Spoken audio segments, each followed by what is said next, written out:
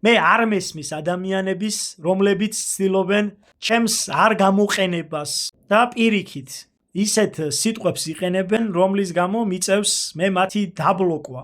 თუ შენ ბოროტი არ გებრძვის, რატომ უნდა გინდოდეს ჩემგან დაბლოკვა? პირიქით, გამომიყენე შენს შემოსვლას, იქ კაკუნს, რაღაცა სატანისტური სიტყვების, რა აზრი აქვს, რა მოგემატება ამით? გულს მოიფხან და მე რა იქნება? სამყარო ხო ბალანსზე დგას. რა ბალანსზე?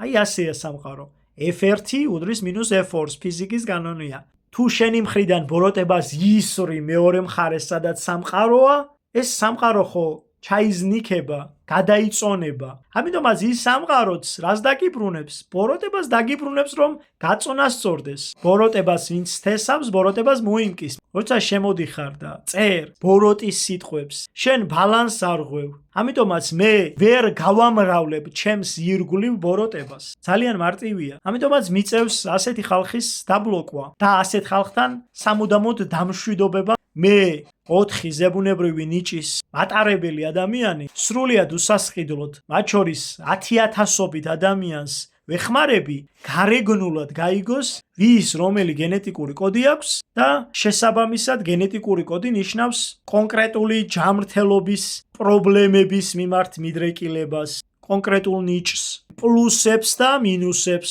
ამიტომაც ხალხს მე ვეუბნები პირდაპირ, ამას მოერიდე, იმას მოერიდე. სხვათა შორის ჩემს სახლში 4 ოჯახის წევრი არის ექიმი. მეც მეუბნებოდნენ, რომ გახდი ექიმი, მაგრამ მე სხვა პროფესია ვირჩიე. მაგრამ როგორც ჩანს, ჩემი ნიჭი ადამიანების განკურნის მაინც ადგილზეა და ჩემი ამ გვერდის დამსახურებით ვცდილობ ადამიანების განკურნებას სულიერად ან ხორციელად, რითაც შემიძლია. არავისთვის მე არ მithქვამს, რომ ეს ამდენი ღირს, ის ამდენი ღირს და ამ ყველაფერს ვაკეთებ სრულიად უსასყიდლოდ. თალოცა უფრო გამოგადგება დღესდღეობით ადამიანს და მომავალშიც, ვიდრე ფული, რომელიც დღეს არის, ხვალ არ არის. მაგრამ მადლი მუდმივია, მადლი არის სიცოცხლის წყარო და მადლობას რო გეტყვის ადამიანი, ანუ მადლით გადაგიხდის, ეგ ნებისმიერ ქაღალდის თუ არა ქაღალდის ფულზე ძვირფასია. არ დავღლილ ვარ. ეს ყველაფერი უფლისგან მოდის. შესაბამისად, უფლისგან წამოსული ნიჭის გამატერიალიზება ჩემი მხრიდან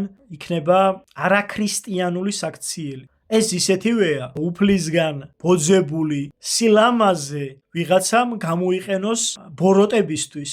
სილამაზე მოგცა უფალმა. ამიტომაც, რაც შენი არ არის, იმას ნუ დაიკვეხნი და ნუ იწონებ ამით თავს. შენ კი არ შექმენი ეგ სილამაზე, არამედ ეგ უფალმა მოგცა. ამიტომაც მადლობელი იყავი უფლის.